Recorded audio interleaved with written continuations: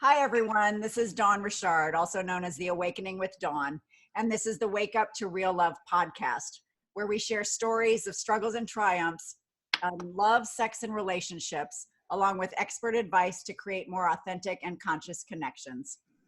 I'm really excited today. I have a great guest, Bobby Hunter from New Jersey, and I love the way he pronounces my name. How are you, Dawn? Thanks for having me on. You're welcome, Bobby. I'm so glad that you're here with me. Bobby is a business owner in the medical field from New Jersey, and he is also the creator of the Audacious Human podcast. He has been married for 21 years to a woman from another culture, and they have 3 beautiful kids, a son age 17 and 2 daughters age 12 and 11. So Bobby is here really to talk about sort of the challenges that he's experienced in his marriage because of the cultural differences, you know, the different roles and expectations that both he and his wife, Faye, have, and how they've overcome them, you know, what Bobby's learned, and just to give us some insight into what it's like. So, Bobby, where would you like to start? Wow, that was a great introduction. Dawn, thank you so much for having me on. You're I really welcome. do appreciate it. And where do I start? Oh my God. Okay, so yeah, I live in New Jersey. I live about 15 miles outside of Manhattan, just to give people an understanding of exactly where I am. Yeah, married 21 years. My wife is from the Middle East. She was born and raised in Syria. She moved here when she was 10. Didn't speak a word of English, so her family picked up and left Syria. My father-in-law used to work for the government of Syria. And, you know, things were bad over there in the late 60s, as we all know, and the early 70s. So the whole family moved here along with aunts, uncles, an entire clan of my wife's family moved here. In fact, she's one of 21 first cousins, numerous aunts and uncles. So the entire extended family moved to northern New Jersey. So yeah, I can't imagine what a could you challenge imagine that is to move to a culture where you don't speak the language, and you don't know anything about the culture. Zero. She starts 4th grade and can't speak English. Wow. But learned quickly and you know, assimilated right into the culture. So just a little background on me, like Dawn, you touched on. Yeah, so I work in the medical field. I have three kids. My son Aiden is 17. My daughter Zoe is 12, and my youngest daughter Nahi, which is an Arabic name, Nahi, Nahi is 11. So my kids are half Arabic and half mutt. I'm like, I don't know what I am. I'm like Scottish, Welsh, Dutch, German, Japanese. I don't know. I'm a whole mixture. Yeah, American. Correct. Yes, very much. So I've the interesting thing is I've always gravitated towards, like, my past girlfriends and women I've dated have always been somebody of a different culture. Really? Yeah. That's really interesting. I never dated anyone with blonde hair and blue eyes. Never did. So the joke that I had with my wife was I was trying to make my way to the Far East, but I got stuck in the Middle East. The whole thing, you know, just sampling what the world has to offer. Around the world with Bobby Hunter. Correct. That might be a podcast another time, but I don't know. But yeah, so yeah, exactly. So, you know, it made the rounds from Italy to, I did make it to China, I'll be honest with you, but it was so, but you know, we met when, how old was I? I was 26 and she was 22.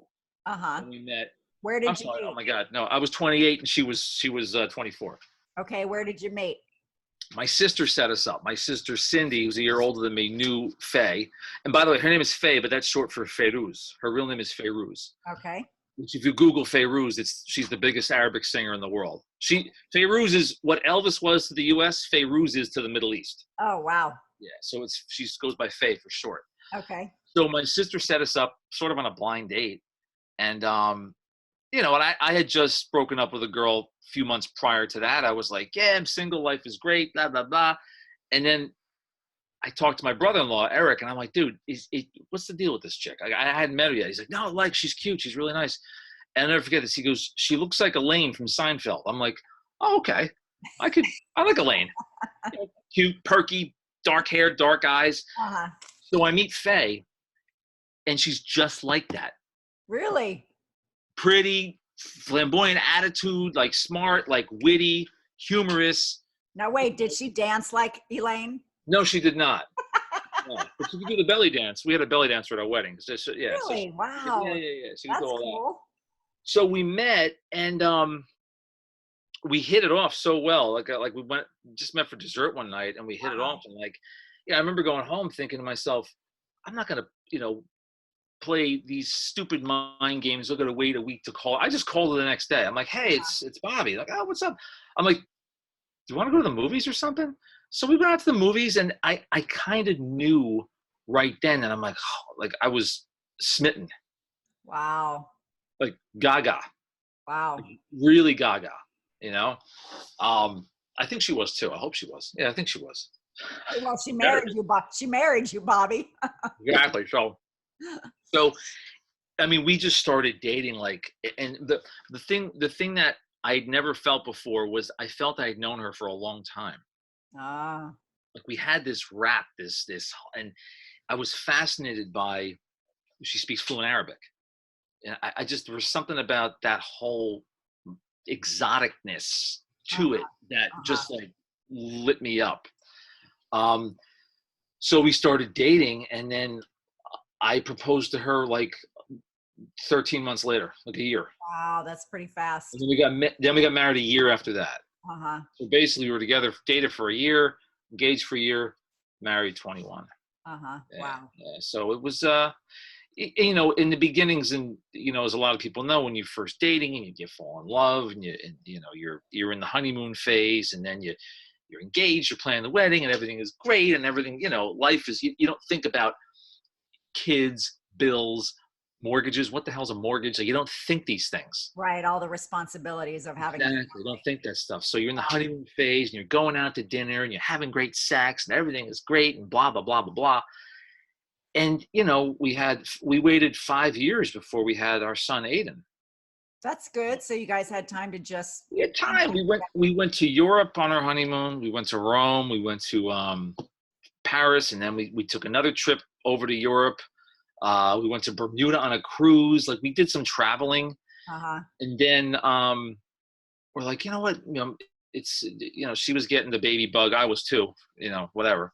And I'm like, oh, let's try to have a baby. And then first shot done, she get pregnant. That's it. We're gonna try, and there you go, done. All right. Wow. So she gets pregnant, and then we have my son. But I consider myself extremely fortunate because her family is very accepting of me.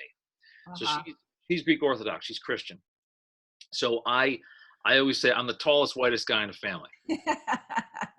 Because they're all, the Arabic guys tend to be shorter and balder.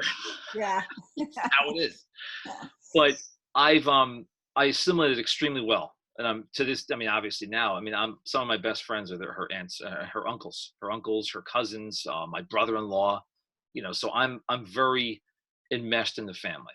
And was that pretty unusual for people in the culture to only marry within their culture? Yeah, but they're very Americanized. So they, I think even, her parents had tried to set her up at one point with some Arabic guy, who's not like an arranged marriage, but it was sort of like, hey, this is Mustafa. He's coming over for dinner. And Faye was like, who the hell's this guy? Yeah. 10 years older than her. It was her parents. They didn't try to force it, but then she met me.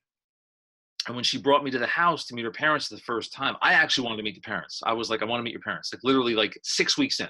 Like, wow. I moved fast. Wow. And it was her birthday, so I go over to her house for her birthday, and I didn't know this, but when you bring a man home for the first time, half the Middle East shows up to meet the man. So I get there expecting to be, hey, her parents and her brother. Yeah. There's like 16 relatives in the living room. Wow.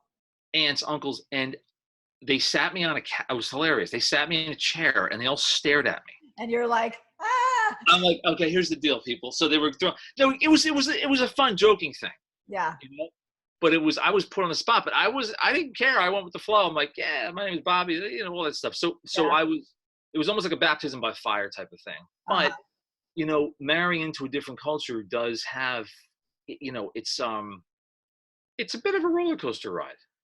It really is. So tell me like how the roller coaster ride started. You know, what kind of things did you experience where you were having to, you know, just Yeah. like what's going on? Yeah, you know what, it comes and goes. I didn't realize it in the beginning because my wife is, she has 2 degrees. She's her master's degree. She's very educated. Uh-huh. She worked for years in the pharmaceutical industry like myself before we had Uh-huh. kids. She's very driven. But as the older we got, the more mommy maternal, you know, nurturer she became. Now, when the kids Uh-huh. were born, she didn't go back to work, which was, Uh-huh. whatever. That was fine. Um, That was but something that the two of you decided? yeah, back then, back then when the kids were not in private school like they are now. So you start doing the math on some of these things, and it gets to be contentious because a lot of times, and I totally agree with her. So most of the women in her family don't really work.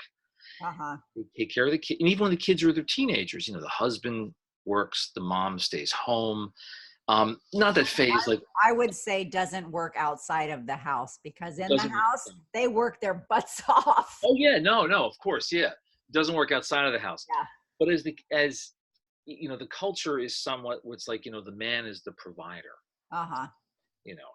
And I get that, but it's like, this is America. It's like, a lot of times it takes two parents to make things work, Yeah. for financial reasons, unless, or if the guy if the mom stays home and does all the housework and all the kids and all that stuff, which is a enormous amount of work in itself.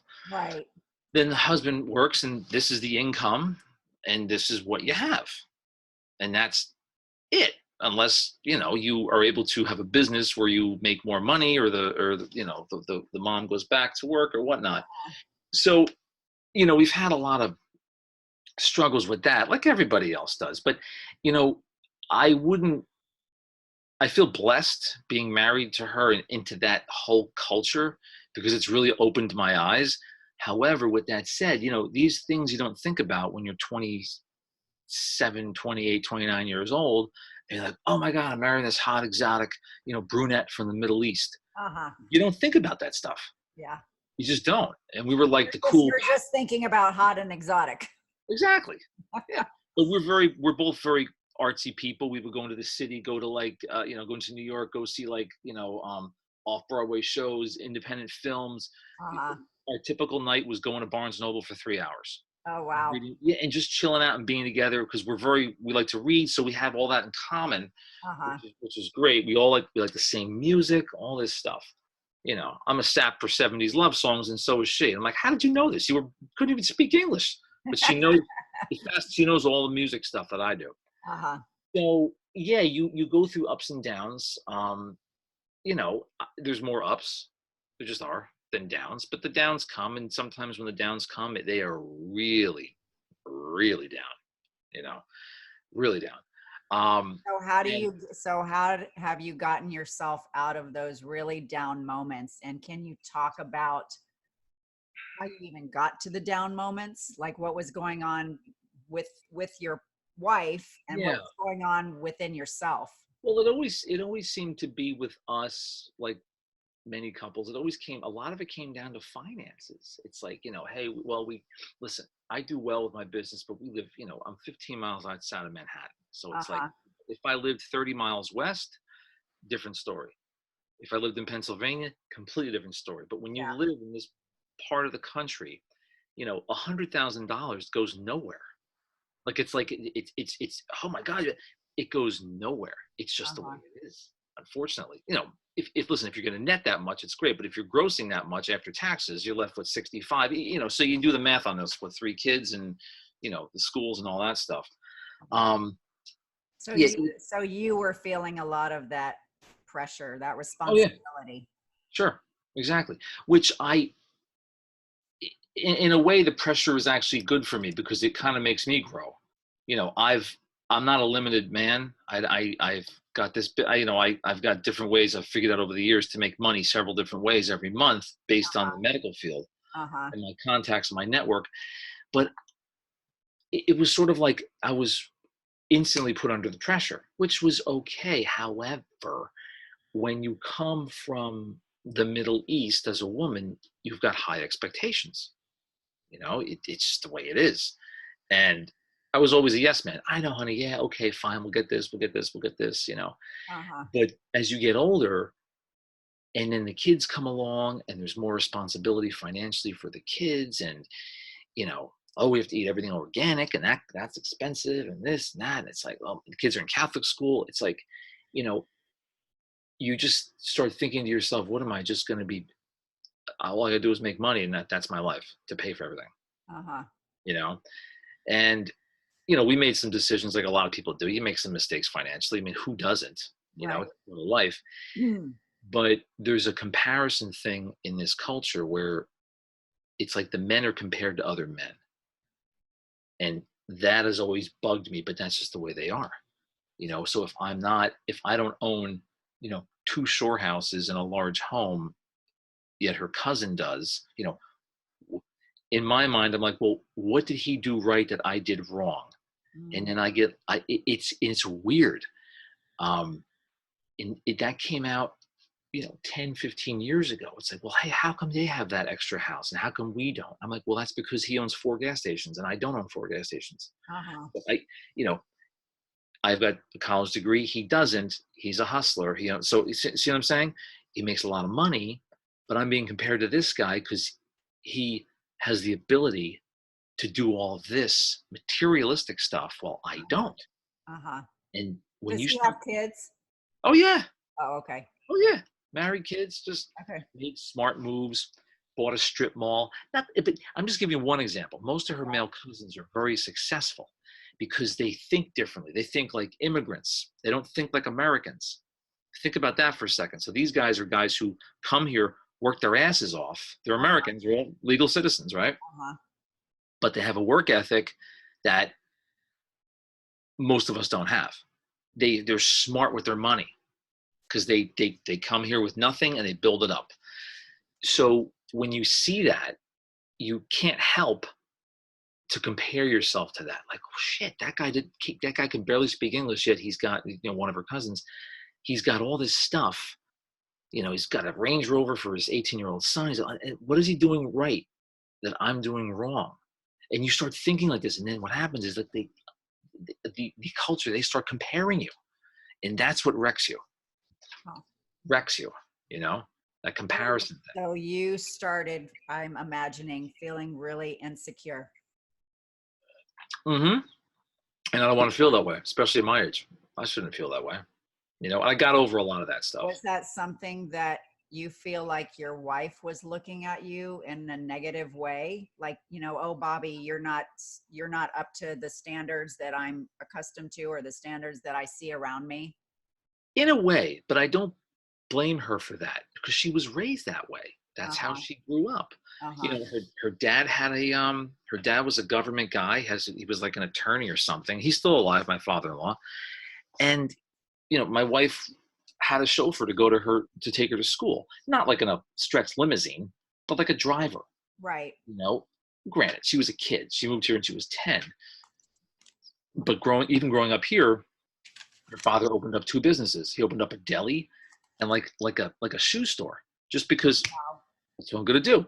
So there's the immigrant hustle mentality, and money was never an issue for them. It just was always there, because you're working 70 hours a week, money's going to be there, so I don't.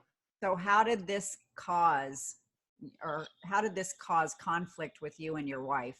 Like, what happened?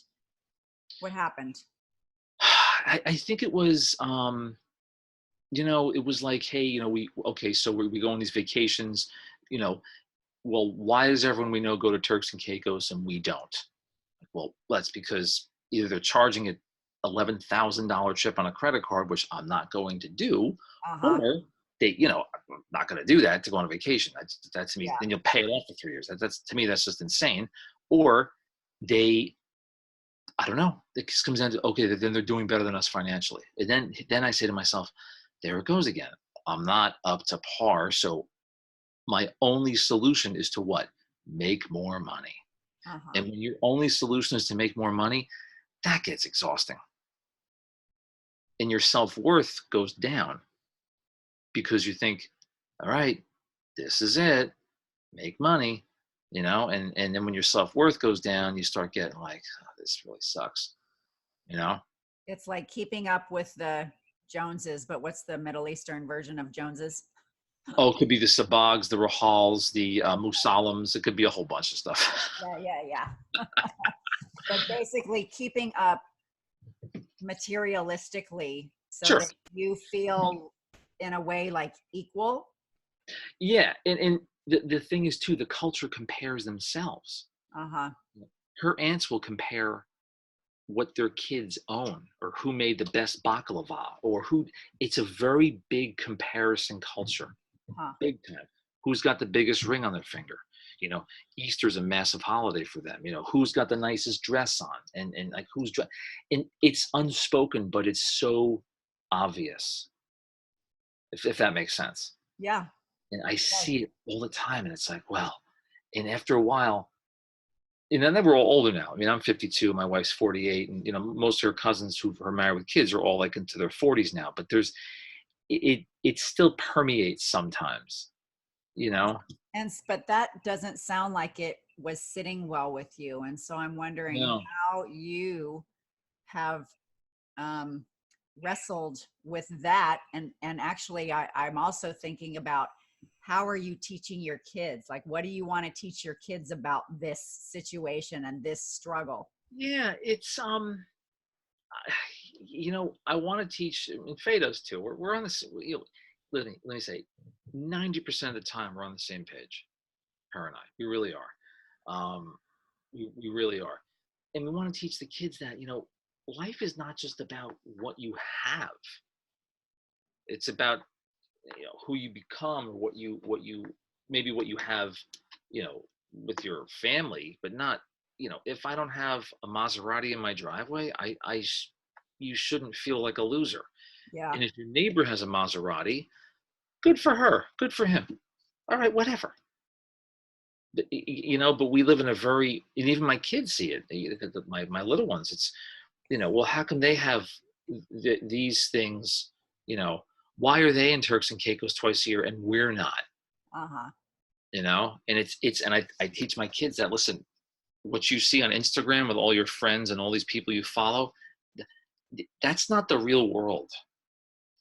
So I'm attempting to teach my girls, especially because my Aiden is, he'll be 18, he'll be in 6 months. Uh-huh. My girls especially, they come to my wife and I, and it's like, I want to be a YouTube influencer, and they'll show me pictures of kids who are YouTube whatever influencers, and these kids are making $30,000 to $90,000 a month or more doing. Wow. And I'm like, Zoe, that's not real. That's a fluke, So I'm It's attempting. real, It's but real. it's unique. It's not like everybody can do that or be that. Exactly. That's what I meant to say. Yeah. So it's hard to teach the kids what I believe to be true when society shoves so much other stuff down their throats. But for the most part, Faye and I are very much on the same page as far as raising the kids. We Uh-huh. really are. We really are. And it's one of the things that I always tell the families, like, listen, if I could snap my fingers, we'd have a larger house, we'd have this, we'd have that. And I said, and everybody will be happy, right? So it always comes down to like, we don't have this. I'm like, what do you want? We live in a great town. We have a nice house. We got our, but when you start telling, we have our health, nobody cares about that. But we don't have that. Why can't we go there like everyone else does? And then that. What would you like your kids' values to be? What do you value that's not money related, Well, material? I value that money stuff, to an extent, but the older I get, the more I realize that, listen, we've gone on plenty of vacations, but if I never went to Fiji, like a bunch of my kids' friends, Uh-huh. I'm okay with that. It doesn't mean I failed in some capacity. Uh-huh. My values are more like, be a great dad, be a great husband, be the best provider that I can, and not to feel as if I bring nothing to the table except for what's in the bank. Uh-huh. You know, and owning your own business, as you know, it goes up and down, up and down, up and down. Right.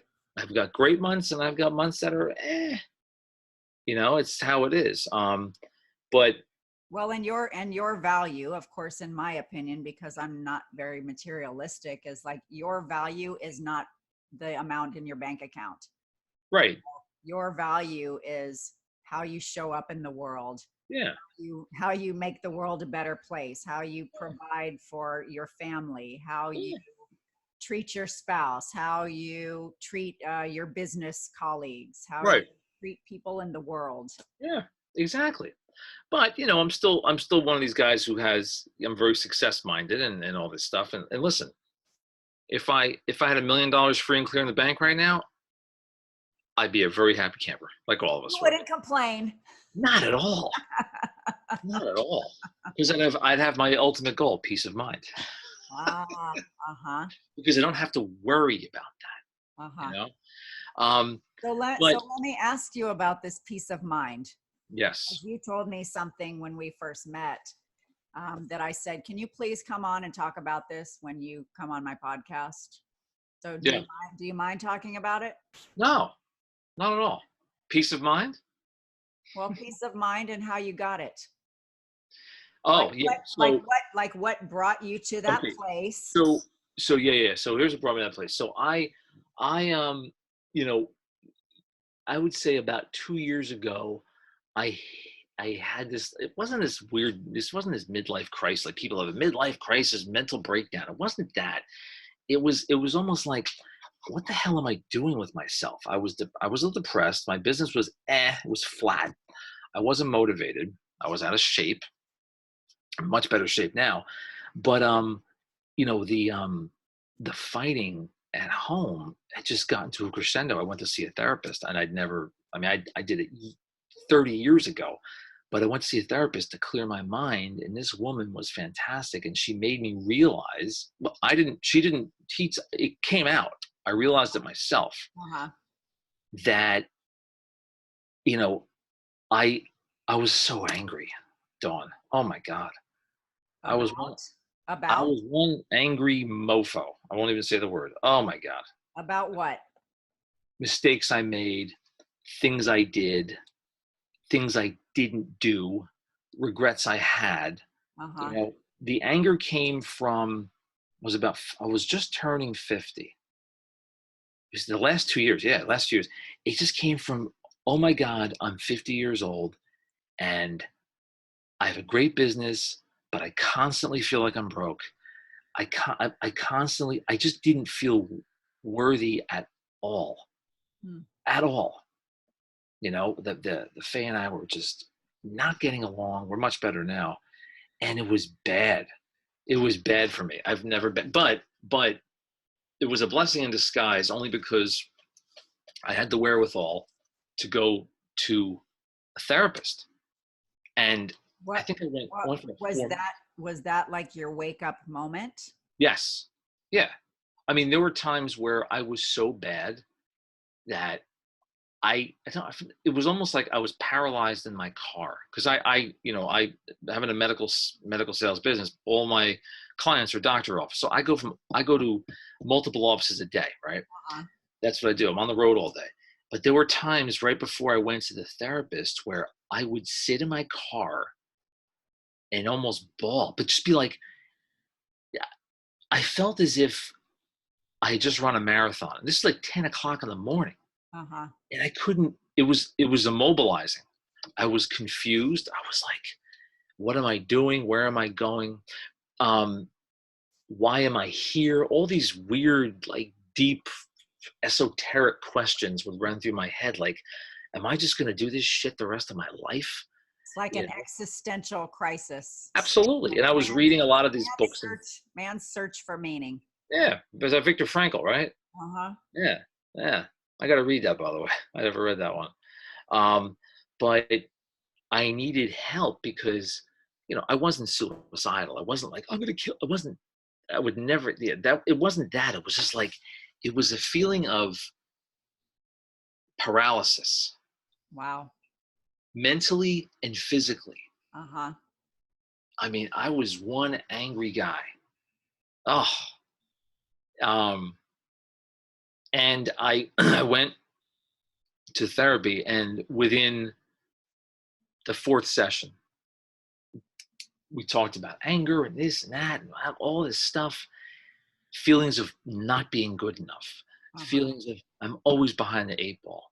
It's like, I don't have $50,000 free and clear in the bank. I'm a loser. I mean, crazy shit like that. Like really feeling unworthy. Correct. Correct. And being angry about it. The one thing I always had though was drive. I was never like, I didn't like dwell in this like sea of like feeling miserable. It lasted for a while, but I knew it would break. And so I go to the therapist, and literally about the fourth session, it must have been, I just stopped being angry. I just stopped. And I listened to some podcasts, I read some things on anger, and it wasn't serving me. It was this emotion that was like, why am I so pissed off all the time? I would look at my daughter Zoe and get teary-eyed just looking at her, because she'd fall asleep on the couch, and I'd wake her up, and she'd come upstairs with her sister, two of my girls, and I'd be like, they're amazing kids. I'm very tight with my girls, very tight. They tell me things, and we have a lot of fun together, and very tight with my son too. And I'm like, I can't be angry. And they would say, Daddy, why are you so pissed off? Why are you so angry? And it was affecting them. Wow. Daddy was always bitter. So I made a decision. I read in I got numerous books here. Might have been this one, Mindset, by Carol Dweck. It's a good one, really good one. I changed my mindset. I was like, I read something, and it was a wake-up call. I'm like, there's no reason for me to be angry anymore at myself. This is who I am. I got this business. I got a great family. I got 2 cars in the driveway. There's food in the fridge. We got the house. Okay, so we can't go to Turks and Caicos because I don't have $10,000 laying around for spring break. Okay. Yeah.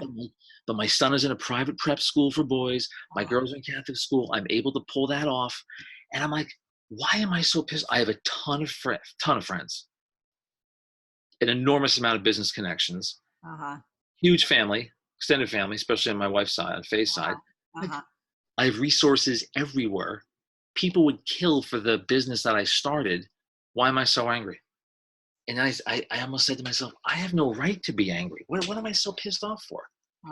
Okay, so Faye and I are going through a lot of shit, but the anger was at her, but it was more at me. And I just stopped. I just was like, I'm done. This is doing nothing for me, being angry. Listen. So what did you think instead? How did you change your mindset from anger and feelings of unworthiness to what? Gratefulness. Gratitude. Yeah. I listen to Gary Vaynerchuk. He talks about gratitude. All these guys, Tony Robbins, gratitude, Dr. Joe Dispenza, gratitude. It's all this stuff. And I read a few books on, how the mind works. And I like the whole psychology stuff. That's my bachelor's degree in psychology.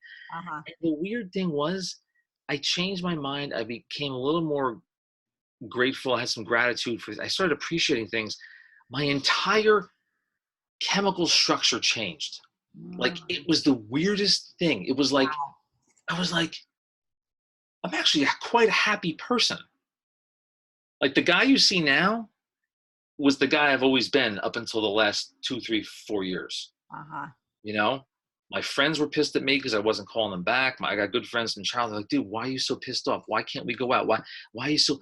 And I just was like, I'm done. So I had this wake-up call. Listen, I want to live a long, healthy life. I don't want to be one of these guys who is under stress and so angry I have a stroke. Right. It's or not heart attack or whatever. Yeah. I'd rather file for bankruptcy, lose house, and lose everything because I could start over. I know I can. And have my health and my kids than being a pissed off middle-aged guy who, God forbid, has a dumb stroke because of his emotional instability or Uh-huh. anger. So I Uh-huh. just stopped, and I realized that I read in one of my books, when you make a decision and really commit to it, not just like, you know what, I'd be better off if I did that. No, if you, like Tony Robbins says, when you make your shoulds a must, Uh-huh. miracles can happen. So I said, I must stop being angry. And I let it go. And it was like a weight was lifted off me, like overnight, just like that. So basically it was just making a decision. Yes, Instead of focusing on what I don't have, I'm going to focus on all the things that I'm exactly. blessed with. Yeah. Because I know plenty of people with a hell of a lot more money than me Uh-huh. who are divorced, overweight, work 60 hours a week, commute into the city. It's 2 hours round trip on a dumb train. For what? To make $350,000 a year or $500,000 a year? Okay, great. Good for them. They're killing themselves. I'm not that guy. I could care less. So I just had this epiphany. What I also did was I got back in shape. When you start doing physical things, your body emotionally kicks into a different gear. At least it did for me. I was going to say the other way around. I mean, Oh, it's yeah. they're all connected, your mind and your body and your Yeah. your heart, they're all Right. connected. So when you change one, it affects the rest. Yeah, no, it definitely does. And I got back into shape. I got back to the gym, Uh-huh. and I was like, you know what? So I started doing that, and I tested myself. I started doing push-ups. I couldn't do. So a year ago, if you asked me to do 10 push-ups, Uh-huh. I'd be lucky if I did 4. Wow. Now I do 100 every morning. Whoa, you're kidding. I built it up. I do 5 sets, Wow. 5 sets of 20. I bang them out, and I feel great. And Wow. I built it up. It's Wow. well, maybe not every morning, but I'd say 4 or 5 mornings a week. Uh-huh. I'll do that and that gets you, once you get that going, you start feeling good about yourself. And that feeling good about yourself translates into, what you do for the day, what my sales are going to be like for that day. It sets the tone. Uh-huh. So I hadn't worked out in a while when I was in this awful state. Funk. Uh-huh. It's funk. Yeah, exactly. Exactly. I was watching TV at night late with Faye. I was like, what am I doing? Is my life just going to be watching Seinfeld reruns at night? This is stupid. With Elaine. Exactly. We love Seinfeld, so I'm not going to badmouth Seinfeld. I'm never badmouth Jerry. He's the best. So yeah, it was a massive wake-up call. And then when I turned 50, my parents had a big party for me, and we had there was probably 60, 70 people at my parents' house and all this stuff. Uh-huh. And I was going through this mess. And my sister-in-law was like, Bobby, what is wrong with you? I'm like, I'm just so fucking angry. Excuse my language. I said, I'm just so angry. Uh-huh. So it's all gone now. If the anger was 100, Dawn, now it's 15. Wow. That's a huge difference. Big difference. And your body, I would imagine that when you get rid of that anger and Yeah. focus on something more positive, Yeah. that just your body feels lighter, like you have Absolutely. this huge weight off your shoulders. Yeah. It's amazing. It's the it was like back in college when you did a bong hit. All of a sudden I was like, wow, really good. Not that I advocate that, kids, but I'm just saying, it was just like, damn, endorphin rush. And so how has that affected your relationship with Faye now? It's affected it for the better. It really has. How? I learned in therapy that, you can't change somebody. Mm-hmm. You can change yourself, but I can't change how my wife is. She's got amazing qualities, obviously. I might not agree with her on a lot of things, like the same way she doesn't agree with me on things, but that's a marriage. It goes it's up and down. Sometimes there's storms and sometimes the waters are calm. Right. But it's affected us in a way where, we're nicer to each other. Mm. And that, when you start being nicer to each other, it brings us back to where we were, back in I always say like in Fantasyland, the la la days. Everything's la is great. Right. It kind of brings you back. You'll never get back to that, but you want to kind of at least get back to it a little bit. Well, it's creating something a little bit different. I mean, that was one of the things that when I was struggling in my own marriage, Yeah. And my husband wasn't treating me very nicely or respectfully, I would say to him sometimes, the nicer you are to me, the more I want to have sex with you. Yeah. There you go. Because that was the other argument. And it was right. like, to me, that was the simplest solution. Be nice to me, and I'm gonna feel more connected to you, and I'm gonna want to connect to you in all of the ways that both of us want to feel connected. Yeah, in relation to the sex, I mean, I'll be honest. I mean, I think there was a good year we didn't do anything. Wow. Like we were both angry. Yeah. Just that, and it's just like I didn't care. That's not the energy that you want to come together with. Didn't care, Dawn. I was like, whatever. Yeah. And here's the interesting thing. Most of my good friends, I got 4 very close friends from childhood. Uh-huh.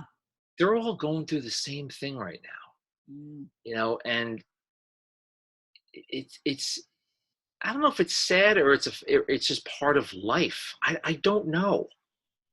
But I'm not tooting my own horn here because they're probably not going to hear this podcast, but they don't have the wherewithal to fix themselves. I did. And that they don't have the wherewithal to do it. They don't read the books that I read. They don't go to they don't go to therapy. They don't listen to podcasts. But do you think that they're satisfied in their lives? I know for a fact they're not. We talk every week. Yeah. They're not at all. Yeah. They're not. And it's a shame because they're nice guys. Their wives are nice. Their kids are nice, but they're just like, they crave something more, but they don't know how to go about getting it. It's like they're surviving rather than thriving. Yeah, because they've settled into the mindset, which I escaped from, of, I guess this is as good as it gets. Yeah. This is being in your early 50s. Life kind of sucks. The kids are expensive. They're about to go to college. And it doesn't have to be that way. I think that's, it is mindset. It's like, how do you want your life to be and who has the power to change it? And I've explained this to them. Right. And they think you're 100% correct. They're like, oh, you're so enlightened. I'm like, I'm enlightened. I'm like, there's no reason you can't be enlightened. I'm friggin' enlightened, man. It's not, and it's not like I'm sitting on a magic carpet ride smoking, doing taking those bong hits. Yeah. Like I always say, I'm like, dude, I'm not like smoking peyote in the desert with Jim Morrison's Ghost. I'm not like enlightened like that, but I'm enlightened to the fact that you can change your attitude in your life. And here's the thing, it's not that difficult. It's not. It's literally flipping everything there's an episode of Seinfeld. I don't know if you're a Seinfeld fan. I saw a lot of the episodes. There's an episode where George, they're in a diner, and I always said this to Faye, and it's so true because I've tried it. They're in a diner, and George is like, nothing ever works out for me. Nothing, and I got no women. I always order the same thing, and tuna on toast. And Jerry goes, if everything you've ever done is wrong, then doing the opposite would be right. So George, the whole episode, he does everything opposite, and his life gets nice.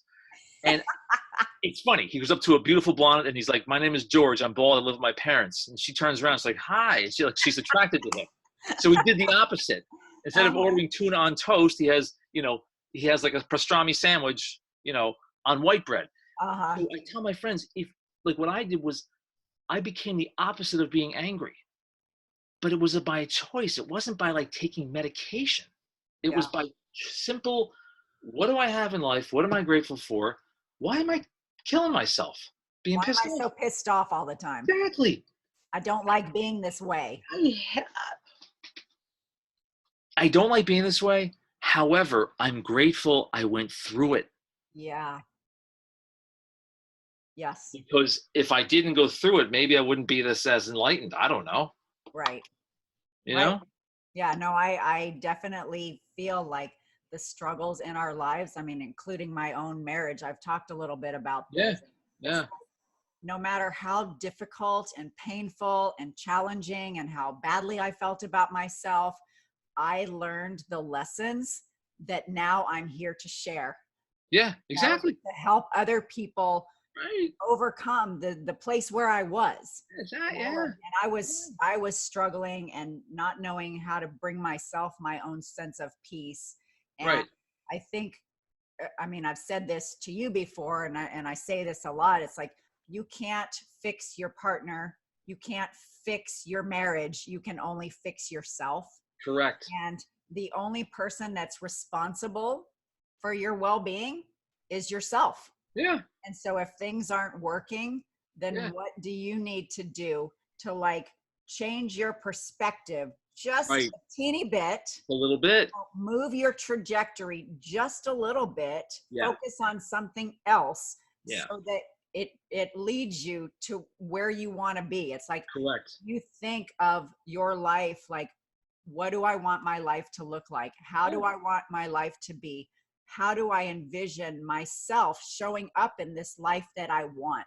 Yeah. And then you start thinking in that direction. You Exactly. start making choices in that direction. You start feeling what it's like to feel like of the things that you want, rather than focusing on that crap that you're tired of.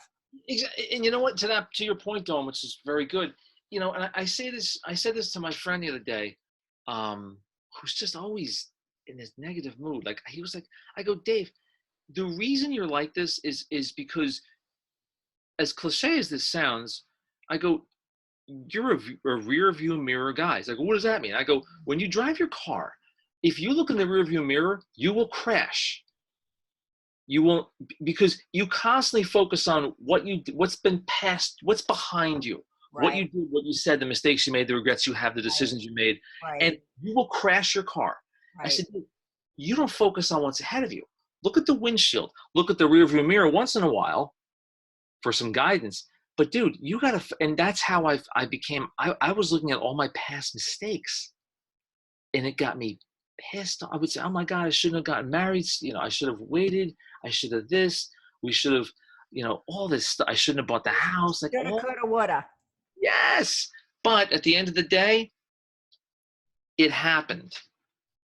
And I'm still living. I got my health. I got everything that I need, you know, to be more successful, you know, however I define that. And life is not as bad. It's actually pretty damn good. Yeah. And I've come to realize that, you know, now at you know, at my age, I mean, you know, it's sad, but I mean, guys and girls I've gone to high school with have died. And you know, we all start saying, oh my God, you know, on Facebook, it's like, holy crap, Joe died. I hadn't seen this guy in 30 years. So my reunion, and it's just a friend of mine 3 weeks ago. I'm like, oh my God, heart failure? Shit. Whoa. And you start realizing what's important in life. Yeah, exactly. And that, you know, going after what you want to do, having some audacity, you know, saying what you want to say, not keeping your feelings bottled up. I did that for a long time. Yeah. Oh my God. I think that's pretty common for men. Absolutely. Well, women too. Yeah. And men. Yeah, absolutely.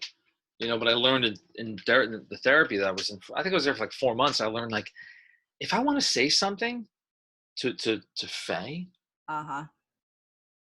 what am I hiding? Say it. Yeah. Because you know what? For a long time, I was like, yeah, honey. Okay, honey, sure, honey. Yeah, yeah. And when you become the yes man, it just placates things, but it doesn't solve the issue. No, and I think that's where the anger comes from, that you're just suppressing all those feelings. You're just building up. And instead of just dealing with whatever's going on, you know, then you're like a pressure cooker. Exactly. I was just about to say that, pressure cooker. And now that I deal with it, we get along much better. Yeah. And she does too. She, you know, she was better for being angry and stuff, and we get along. And it was, listen, it's a phase that we come in and out of. Most people who are married, and either you weather the storm or you jump ship. You get two choices, like you. You get two choices, you know? But I think what's really important, Bobby, is that, you know, when it comes down to it, it's like you looked within yourself Yeah. to decide what kind of person you wanted to be. Yeah. And you realized that you had to express your truth. Right. Like, I'm not comparing myself to these people anymore. I'm my own person, and I bring my own gifts and talents to the table. And, Sure. these are the values that I have for my family. And these are the values. This is the sort of relationship that I want to create with my wife. Right. And I'm taking responsibility for doing the work on myself Yeah. so that everything else will be better. Exactly. That's it. When I feel better about myself, then everything else looks much brighter and better. And It does. Yeah. Yeah, it does. And that's exactly what I did. yeah, So it's like, your podcast is Wake Up to Real Love, right? Well, it doesn't, I mean, now that I think about it, for me, it was for myself. it starts with you. Yeah.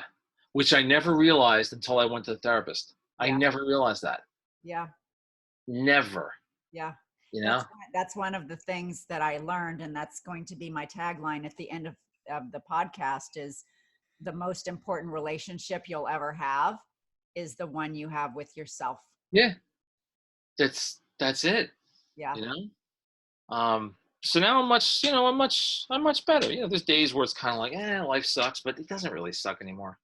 It just doesn't. I can if I listen. You've got a pretty damn good life, Bobby Hunter. I do. Listen, if I can do 100 push-ups at 52 years old, and I can't run a marathon, but I'm like, okay, and I got my own business, I got my health, and God willing, my parents are both still alive, and my in-laws are still alive. I'm like, what am I complaining about?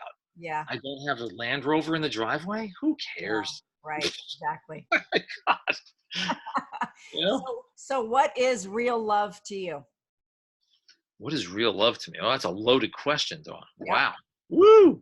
For myself or for my significant other, with anybody? It's what is real love to you? I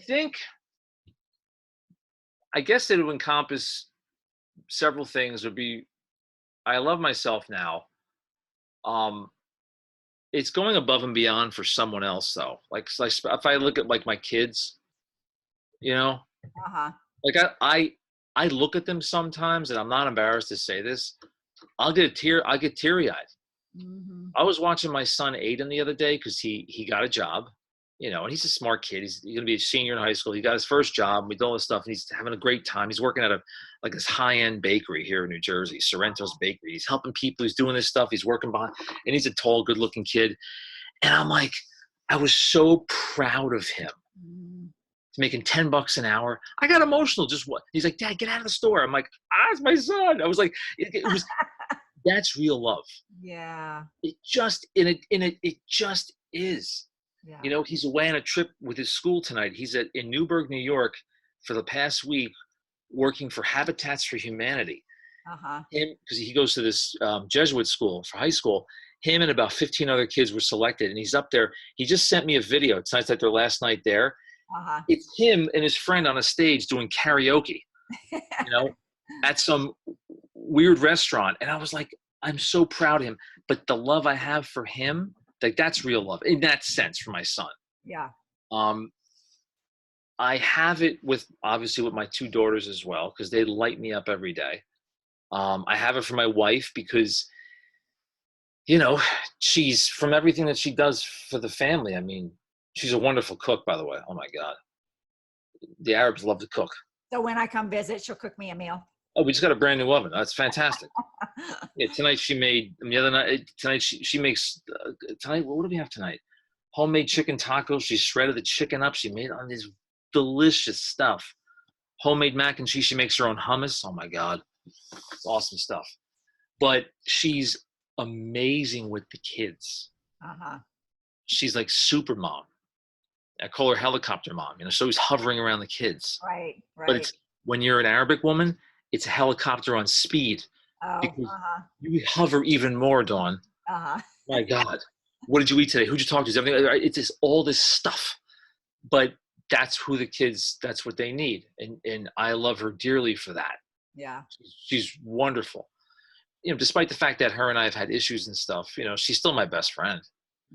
She's fantastic. She really is. even though we disagree on things. Yeah, of course. That's You life. can't agree. Yeah, that's life. That's being human. You're different. Yeah. And also, I guess the love I have for myself, as corny as that sounds, I never thought I'd say that, but it's true. I had a phone call today from a very good friend of mine who I'm going to have on my podcast. He's a very successful, let's just say he's a medical entrepreneur. Ex-chiropractor. He sold his 6 offices, restaurants, made a fortune. He calls me up today. He sounds like he's right out of The Sopranos. He's like, "Yo, Bobby." He sounds like he's like Vinny Gumbats. His name is Al. He bought a laboratory in Pennsylvania, like where you do blood work and all that, toxicology testing and all these accounts. He made me this offer today that if I start working with him, it probably could quadruple my income in the next year. Wow. Came out of the clear blue sky. Now, I didn't know he was doing this. He's been working on this for about a year. Calls me out of the blue. He's in Key West for a month. Takes a month off, goes to Key West with his family. He's my age. Nice. He's divorced, has a new wife, and he's got like a 2-year-old at 53 years old. He's having a time of his life. Smart as hell. And he's like, "Yo, bro." I'm like, "What?" He's like, "Dude, I got the best deal for you." Blah, blah, blah. He's telling me, I'm like, "Al," he's like, no. He's like, "I'm not kidding you." So in regard to the real love, like, I love the fact that I have this network of people who have my back, who are oozing with opportunities for me. So I'm looking at this saying to myself, I'm not lucky because I positioned myself to be here. I created, someone might go, "Oh my God, you're so lucky that you could do that. Or that guy." It comes back to the fact that, and again, in relation to your what is real love, I've networked myself throughout my career to hook up with people like this, right? Who we've become very tight.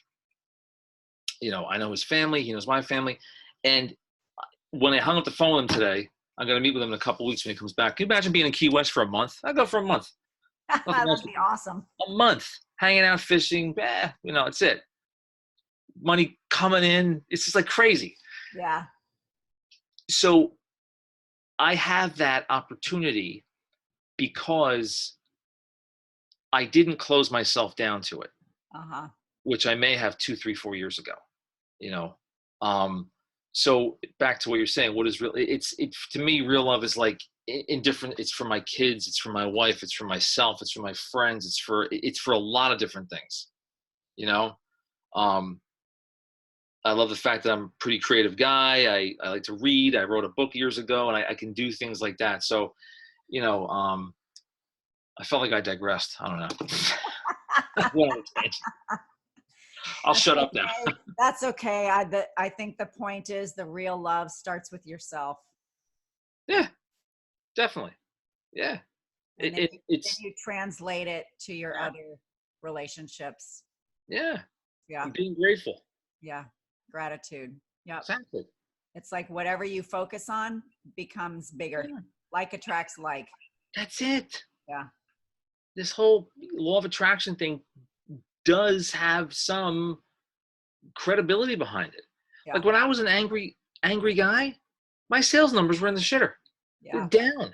Yeah. I didn't feel working. I could barely pay my bills. Right. Because I'm like, I'm tired of what I was. This sucks. When I stopped that, I started networking more. I started marketing differently. I did a big LinkedIn campaign. I got new physicians on board because I sell like orthopedic equipment. And I started networking and going outside of my proverbial comfort zone. Right. Because I felt better about myself. You were being audacious. I was. Yes. And my confidence went through the roof. Yeah. And I was like, and it translated into being at peace with myself and having more income coming in. Yeah. Which is great. I just have to manage it better. That's all. So do you want to tell people where they can find you? I don't know if you want to, definitely look at all. Yeah, definitely. I mean, you can find me. I've got a podcast called The Audacious Human. It's about, doing things outside the box, making yourself uncomfortable to move ahead in life or move ahead with whatever you want to do. So the podcast is The Audacious Human. It's on It's on everywhere. iTunes, it's Spotify. I'm Woohoo! new to it. You know, I don't have a website, but you can find me on Instagram at Bobby Hunter 1, and on Facebook at Bobby Hunter, whatever, something like that. Okay. That's it. Do you want to mention? Do you want to mention your book? Oh, sure. Why not? What the hell? Yeah, I wrote a book, God, 9 years ago now. Holy crap. Called The Ultimate Vasectomy Guide for Couples. Website's realmengetsnipped.com. You can get the ebook there. It's a clinical, humorous look at what goes through a man's head right before he gets whacked, snipped. What goes through a man's where? Where's your mind going? Yeah, it did. What goes through the psychology Mind. It's chock full of research and all this stuff. And I wrote it because when I got a vasectomy, I was researching the process and there was nothing else out there on the market. And I'm like, you know what? I ask myself two questions a lot in life. What if and why not? So I'm like, what if I wrote a book? And I figured it out. I'm like, yeah, why not? So I did it. So realmengetsnipped.com. You can go there and download a copy for yourself. Or for your spouse. Or for Father's Day. Or for Christmas. Or whatever you want to do. Or Mother's Day. Well, or Mother's Day. Yeah, exactly. Well, thank you so much for being on here, Bobby. I really thanks for having me, Dawn. It's been great talking to you. I appreciate it. And I wish you the best of luck with this. Thank you. And I wish you luck on yours as well. All right. Thanks, Dawn. All right. So if you like what you hear, subscribe and share with a friend. This is called Wake Up to Real Love. And if you would like support in finding more connection, expansion, freedom, and acceptance in your relationships, you can find me on Facebook and Instagram at The Awakening with Dawn. Feel free to send me a message and I'd be happy to help you find and create more real love in your life. And as Bobby and I were talking about a little earlier, the most important relationship you'll ever have is the one you have with yourself. And in terms of intimate partnerships, it's so that you can be the kind of partner that you want to have. That's a good one. Okay. All right. Thanks a lot, Bobby. And thanks Dawn. for listening, everyone. Take care and we'll see you next time.